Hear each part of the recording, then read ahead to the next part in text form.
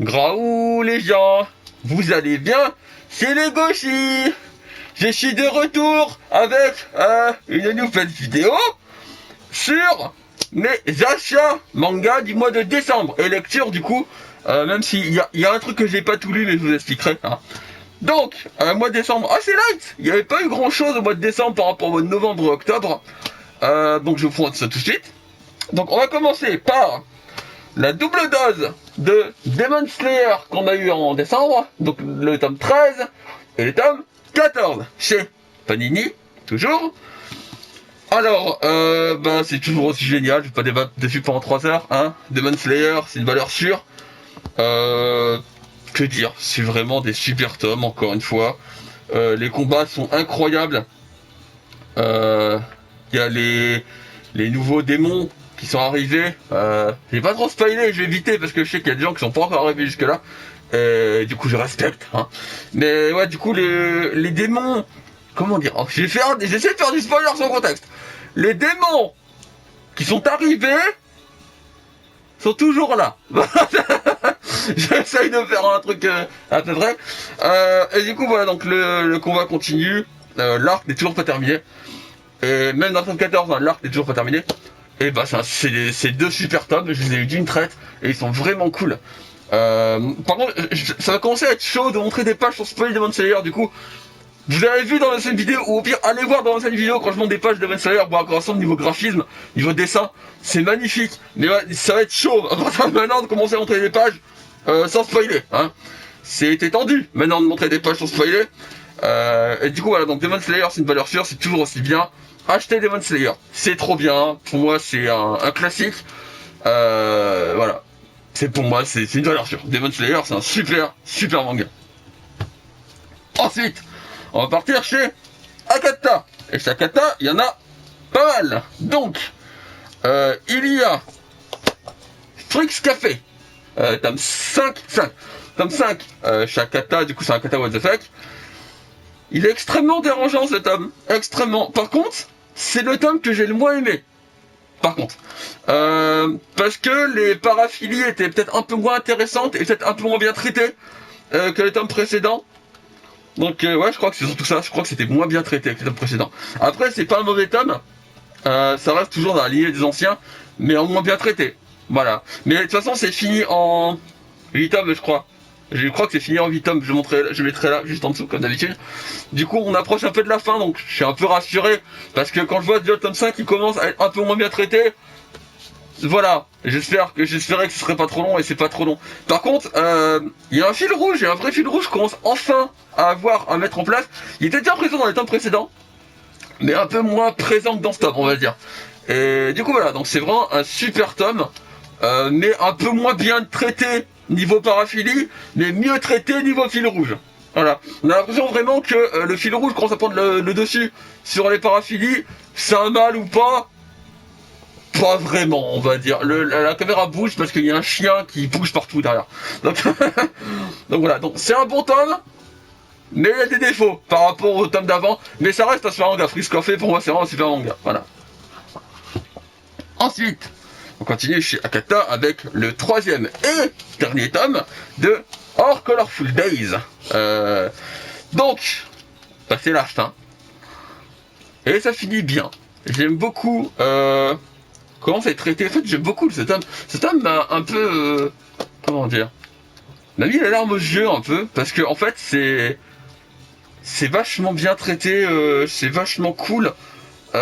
C'est tout. C'est vachement cool. Je vais te montrer ça, je peux montrer une page. Parce que quand même, je vais montrer une page, mais bon, c'est pas... je vais montrer une page au pire. Au pif, pardon. Je vais montrer une page au pif, non, donc une page. Voilà, donc c'est toujours aussi beau. J'aime beaucoup le style de crayon de Gengoro Tagame. Voilà, donc c'est vraiment un super tome, c'est vraiment une super série. Donc j'ai fini en 3 tomes. Le mari de mon frère était fini en 3 tomes aussi, je crois. 4 en 4 tomes, là je t'en ai dit 4 tomes. Donc il fait des mangas assez courts quand il fait des mangas normaux, hein, on va dire ça comme ça. Parce que si vous savez pas, Gengoro Tagame, hein, il fait des mangas qui traitent de homosexualité, comme Our Colorful Days et le mari de mon frère, mais il fait également du Yoi-Bara Hardcore. Voilà. Ce qui est complètement différent. C'est ces 2 mangas soft sortis en France, donc encore une fois, et le mari de mon frère. Ils sont vraiment pas très longs, et c'est vraiment des super mangas, je vous les conseille vraiment. Si vous voulez un truc qui parle d'homosexualité de manière différente que les Voice Love, du coup. Et de manière différente aussi que Eclalam, tout ça, parce que c'est vraiment traité différemment. Et du coup, moi j'aime beaucoup le Color Fridays. C'était peut-être un peu moins bien que le mari de mon frère. Mais juste un tout petit peu, voilà. Genre, si au mari de mon frère, je mets 10 sur 10, lui, je lui mets 9,98. Voilà, vous voyez, ça le point, c'est un tout petit peu. Voilà, mais c'est un super manga, je vous le conseille. Alors, Color Fridays, c'est vraiment un super manga. Ensuite, on continue chez Akata, toujours, avec Rendez-vous au crépuscule, tome 2, qui est également le dernier tome. Du coup, et ben c'est triste. C'est extrêmement triste. Voilà, c'est tout, c'est extrêmement triste. Mais c'est beau mais triste. C'est un manga que je conseille énormément. Alors, je sais plus si je l'ai déjà dit, mais c'est un peu dans la lignée des Moonlight de Delcourt Tonkam, mais c'est pas Moonlight, voilà. Vu que c'est chez Akata, lol, voilà du coup. Et c'est vraiment super beau, c'est super triste. Quelle heure de plus, je vais vous montrer une page, c'est vraiment toujours aussi bien dessiné. Voilà, toujours aussi bien dessiné. J'aime beaucoup le style. Pour moi, c'est vraiment un super manga. Puis c'est en 2 tomes, c'est très court. Et ça traite de maladies d'une manière intelligente. Sur les souhaits qu'on aimerait avoir avant de mourir, quand on se sait condamner. Et c'est vraiment beau, franchement c'est vraiment beau. Et c'est super triste comme je le dis. Et franchement, ça se lit, mais à une vitesse. Ça va vite à lire. Et comme je dis, c'est qu'en 2 tomes. Donc franchement, si vous les trouvez, prenez-les. C'est vraiment un super manga, je vous le conseille vraiment. Du coup, c'est chez Akata. Et pour moi, voilà, c'est un super manga. J'aime beaucoup Rendez-vous au crépuscule. Alors, il y a eu un spin-off en roman qui s'appelle Fragment de crépuscule. Je sais pas si je le prendrai, peut-être un jour, je sais pas, on verra. Mais voilà, donc pour que vous le sachiez, il y a un spin-off en roman qui n'est pas la même histoire, si je comprends bien, si j'ai bien compris le principe du roman, c'est des nouvelles dans le même univers, avec la même maladie fictive, et du coup qui a été inventée pour le manga. Et du coup voilà, c'est un super manga, je vous conseille grandement. C'est Rendez-vous au crépuscule. Voilà, fini en 2 tomes chez Akata. Ensuite, on va parler, alors je vais prendre les deux d'un coup parce que vu que c'est la même collection, je vais vous montrer de suite du coup le tome 2 de Derrière le ciel gris et le tome 2 des Parasites amoureux. On va commencer par Parasites amoureux. Parasites amoureux, donc j'ai appris quand j'ai fini le délire tome 2 que c'était fini en 3 tomes. Voilà, donc il n'en manque qu'un seul. Parasites amoureux, donc c'est tiré d'un light novel. Voilà. D'ailleurs, Rendez-vous au crépuscule aussi, d'ailleurs. J'ai oublié de le préciser, mais le Rendez-vous au crépuscule, c'est tiré d'un light novel. Voilà. Donc ça, c'est chez Delcourt Tonkam. Du coup, donc Parasite amoureux, ça parle de quoi? Ça parle d'un parasite. C'est étonnant, vu le titre, vous me direz. Ça parle d'un parasite qui se lâche dans le cerveau des êtres humains et qui les fait s'attirer entre eux tout en les dégoûtant du reste de l'humanité. Voilà. Donc c'est un parasite très particulier. Qui est inspiré d'un parasite qui existe vraiment, mais qui n'est que chez les chats, ce que j'ai compris. Enfin, c'est compliqué, il y a un truc scientifique vers la fin qui explique ce parasite. Donc, Parasite amoureux, c'est super. C'est vraiment un super manga. Donc, c'est fini en 3 tomes. Et étonnant, à la fin du tome 2, ça se sent qu'on approche de la fin, tout de suite. Du coup, j'ai hâte de lire le dernier tome. De la collection Moonlight, c'est pas mon préféré, mais il est bien. Franchement, j'adore Parasite amoureux. Et comment dire, les personnages sont bien écrits. Les personnages, je les trouve vraiment attachants, que ce soit l'héroïne ou le héros. Et en plus, le principe du parasite, comment il est traité pour les relations humaines, tout ça, de ce que ça apporte et de ce que ça enlève. Du coup, parce que vous en doutez, le parasite va vous faire sentir des choses que vous ne sentiriez pas, et vous n'avez pas forcément envie qu'on vous l'enlève. Vous voyez ce que je veux dire? Ça soumet aussi la question du coup de si vous savez que votre bonheur est fictif mais que c'est le seul moyen d'avoir du bonheur, est-ce que vous aimeriez qu'on vous l'arrache? En gros, voilà. Et c'est une question qui est vachement intéressante à traiter, qui ne sera pas, comment dire, qui n'aura pas la même réponse chez tout le monde à la question que j'ai posée juste avant, parce qu'en fait c'est très subjectif et je trouve ça intéressant du coup parce que il y a les deux points de vue, les deux côtés dans ce manga, et en fait, un lecteur va plus être d'un côté, un lecteur va plus être de l'autre. Vous voyez ce que je veux dire? Et du coup, c'est vraiment intéressant. Limite, j'ai envie de dire, ça pourrait être un sujet de philo, je veux dire, ça pourrait être vraiment un examen de philo, le truc. Et c'est vraiment intéressant parce que je trouve vraiment qu'en fait, quand tu le lis, tu vas pas avoir le même point de vue sur la question qu'un de tes amis ou qu'un que tu connais, qu'une personne que tu connais sur la question en fait. Et c'est vraiment super intéressant. En vrai, c'est vraiment super intéressant. Et au final, plus j'en parle, plus je me dis qu'en fait, si c'est peut-être mon préféré de la collection Moonlight. Au final, peut-être, en vrai. Plus j'en parle comme ça, plus je me dis qu'au final, voilà, c'est vraiment le plus intéressant, je trouve. Voilà, c'est vraiment le plus intéressant. En vrai, prenez Parasite amoureux. Que ce soit en manga ou en light novel, le light novel est sorti en France. Donc si vous êtes plus light novel que manga, achetez le light novel. Du coup vous aurez la fin que j'ai pas encore. Mais c'est pas grave. Mais du coup voilà, donc Parasite amoureux, c'est chez Delcourt Tonkam collection Moonlight. Et enfin, j'ai fait parler chez Delcourt Tonkam de Derrière le ciel gris, tome 2. Alors, bah pareil, c'est tout aussi bien, mais c'est pas le même sujet. Là on parle de suicide. C'est un peu moins joyeux, déjà. Bah, déjà, Parasite amoureux, c'est pas joyeux. Mais là, ça parle de suicide. Alors, je vais essayer de montrer une page comme ça. Hop. Le dessin est magnifique. J'adore le dessin. C'est vraiment très, très beau. Donc, ça parle de suicide et de pouvoir surnaturel aussi. Parce qu'il y a le pitch de base, sans trop spoiler, je suis vraiment faire le speech de base. C'est une personne qui a envie de se suicider. Et quelqu'un est là pour lui apporter le bonheur. Pour lui retirer après en la tuant. Voilà. Voilà, donc vous dites c'est un sacré, hein, voilà. Mais oui, effectivement. Et forcément, rien ne va se passer comme prévu. Et bah ça va mal tourner. Vous en doutez. Alors ça, au Japon, c'est 2 tomes en cours. Et du coup, on est à 2 tomes. Et du coup, bah, c'est vraiment super. Enfin, Derrière le ciel gris, c'est vraiment un super manga. Comme je dis, c'est un peu moins bien au final que Parasite amoureux parce que oui, il y a la question du suicide et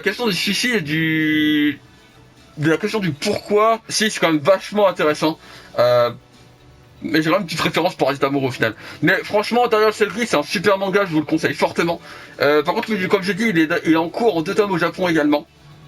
Du coup, on sait pas quand ça va finir. Je pense pas que ce soit très long, en vrai. À mon avis, vu la tournure du tome 2, il y a des grandes chances que le 3ème soit le dernier. Vraiment.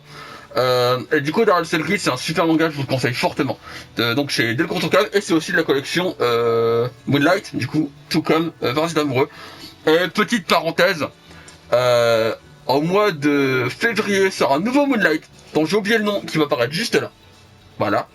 Et je mettrai aussi le nom de Tom qui est au Japon. Et du coup, voilà, donc il y a un nouveau Moonlight qui arrive en février, j'ai vraiment hâte, parce que pour l'instant, aucun Moonlight ne m'a déçu. Et franchement, je pense que je vais tous les faire. Voilà. Ensuite, on part chez Kurokawa avec Kemono Incident, tome 8. Alors, on continue l'arc qui avait été entamé précédemment. Et bah, c'est toujours aussi bien. Voilà, Kemono Incident, c'est toujours aussi bien. On a des révélations, on a pas mal de révélations dans ce tome. Les méchants de ce tome m'énervent au plus haut point. Et franchement, c'est vraiment super. J'aime beaucoup Kemono Incident. Je sais, on fait une page sans trop spoiler, pareil. Hop, on va essayer celle-là. Hop, voilà. Donc, j'aime beaucoup Kemono Incident. C'est un de mes coups de cœur. Ça évolue bien, en vrai. Par contre, j'ai l'impression, alors c'est juste une impression, ça avance quand même relativement vite. Je pense pas qu'il dépassera les 20 tomes. Après, ça c'est une impression personnelle. Je pense pas qu'il dépassera les 20 tomes, ou s'il les dépasse, ça va pas être beaucoup. Voilà, ça va peut-être max 25. Mais pour moi, c'est un super shonen. Et que dire de plus, acheter Kemono Incident, c'est vraiment super. Les personnages sont bien traités, les dessins sont magnifiques, l'histoire avance suffisamment vite, sans trop rusher. Il n'y a pas cette sensation de rush, malgré la vitesse à laquelle avance l'histoire. Et je trouve ça vraiment cool. Kemono Incident, pour moi, c'est une valeur sûre également. Franchement, faut faire Kemono Incident. C'est un super manga. Et au passage, normalement, cette année, je crois que c'est cette année, il y a un animé de prévu. Si ça vous intéresse de voir en animé. Et quand on voit la tronche de l'animé du manga d'après, hein, je vais vous en parler tout de suite. Donc il y a un incident, c'est un manga chez Kurokawa, donc c'est le tome 8. Et du coup, on va parler de Jujutsu Kaisen, chez Kiyun. Alors, le manga est toujours aussi génial. Ça avance bien, les personnages sont toujours aussi cool. L'arc qui était en cours est presque terminé, j'ai l'impression. Voire terminé, je pense qu'il est terminé, je crois qu'il est terminé. Oui, je me rappelle, il est terminé. Donc voilà, donc c'est presque terminé ou terminé, je sais plus exactement parce que c'est un moment que j'ai lu. J'ai pas beaucoup de mémoire, hein, d'accord. Du coup, Jujutsu Kaisen, c'est un super manga. C'est sombre, c'est classe, les combats sont incroyablement chorégraphiés. Je vous montrer un passage de combat justement. Les personnages sont tous cool. Il y en a pas un que j'aime pas dans les personnages principaux. Voilà. Franchement, ils sont incroyables. Ils sont vraiment incroyables. Bon, je parlais de l'animé juste avant pour Kemono et je parlais du manga d'après. C'est celui-là que je parlais du coup. Je trouve pas l'animé réussi graphiquement. Attention, je dis pas que c'est moche, mais le manga a une patte de dessin que je trouve qu'on retrouve pas dans l'animé. Et ça me dérange. Il y a des mangas, ça me dérange pas que l'animé soit pas chara-designé de la même manière que le manga, mais pour celui-là, ça me dérange. Voilà, j'ai vu l'épisode 1 en partie, j'ai pas tout regardé. Bah ça m'a dérangé, en vrai. J'ai pas aimé l'animé. Comme je dis, c'est pas parce que c'est moche, c'est juste parce que je trouve qu'il n'y a pas la patte du manga et c'est dérangeant pour moi. J'ai pas aimé l'animé, voilà. Alors si vous aimez l'animé de Jujutsu Kaisen, alors si vous aimez l'animé de Jujutsu Kaisen, tant mieux pour vous. Franchement, bah, c'est cool que vous ayez aimé l'animé parce que c'est vraiment une bonne histoire. Les personnages sont cool et tout. Je suis content que vous aimiez. Mais moi, j'ai pas aimé à cause parce que j'aurais pas lu le manga, je pense que j'aurais aimé, en vrai. Mais le manga a une patte qu'on trouve pas dans l'animé, moi ça me dérange. Voilà, tout simplement.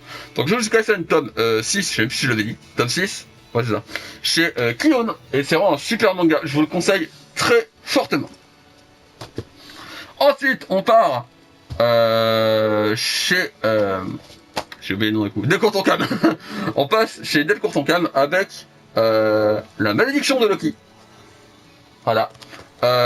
On approche de la fin, c'est fini en 8 tomes je crois, et on est au tome 6. Donc il nous manque 2 tomes de la leçon de Loki, là on est au tome 6, et bah c'est incroyable. Voilà, la leçon de Loki c'est toujours aussi cool.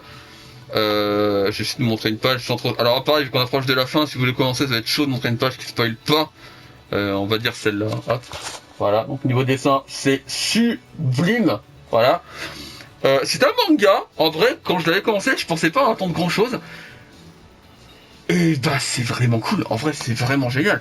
Pour moi c'est un des meilleurs mangas de chez Delcourt Tonkam, carrément. Parce qu'en plus il est court, et là on est dans l'arc final. Déjà dans le tome 6, on est dans l'arc final. C'est vraiment cool. J'adore l'édition de Loki, ce principe de peinture maudite, son principe de sorcière avec les pigments de sang, je sais plus exactement le nom que ça a, mais c'est vraiment cool. Bah pour moi c'est un super manga, simplement je vais pas me m'étaler dessus pendant 3 heures, c'est un manga absolument génial, j'adore l'élection de Loki, et franchement faut vraiment que vous les fassiez, parce que c'est vraiment un super manga, je vous les conseille fortement. Voilà, voilà, sauf l'heure, arrêtez là, mais Loki c'est un super manga, je vous le conseille très fort, et en vrai j'aurais bien aimé l'animé ça vous voyez, franchement il l'aurait mérité, vu que c'est pas très long en plus. Voilà, pour l'élection de Loki c'est un super manga. Ensuite, on part sur... le tome 17 de The Promised Neverland. Oui, je dis bien. Donc c'est le tome 17 sur 20. Il n'y en a que 3. Tome 17 sur 20, donc on entre carrément dans la fin, là c'est la fin de la fin. Et c'est dur de pas spoiler parce que j'ai envie de vous dire que un des personnages dans ce manga, j'ai envie qu'il crève éviscéré pendu par les pieds. Il y a un des personnages que... je sais qu'il y a des gens qui l'adorent, ce personnage. Je le déteste. Il m'énerve. Je veux qu'il crève. Voilà. Donc voilà, donc là pareil ça va être dur de montrer sans spoiler. Vite fait. Non, même pas. Là on va dire celle-là. Hop. Donc on prend Neverland. Tome 17. C'est la fin. Clairement on s'approche de la fin. C'est très clairement la fin. Et du coup bah c'est cool. C'est toujours aussi cool, c'est toujours aussi cool. Que dire de plus, c'est un tome incroyable. La fin du tome m'a donné envie de tuer des gens. Tellement elle est abrupte et j'avais envie de lire la suite tout de suite. Ce que je ne peux pas faire du coup, qu'il n'est pas sorti. Mais du coup voilà, donc Promised c'est un super manga, je vous le conseille, c'est une valeur sûre du Shonen Jump en vrai. Et c'est une valeur sûre de chez Kazé, enfin je veux dire... Kazé a fait très fort en prenant cette licence. Oui, je suis en train de remettre une page qui était mal mise dans la cover. Donc, premièrement, c'est vraiment une valeur sûre pour moi du manga.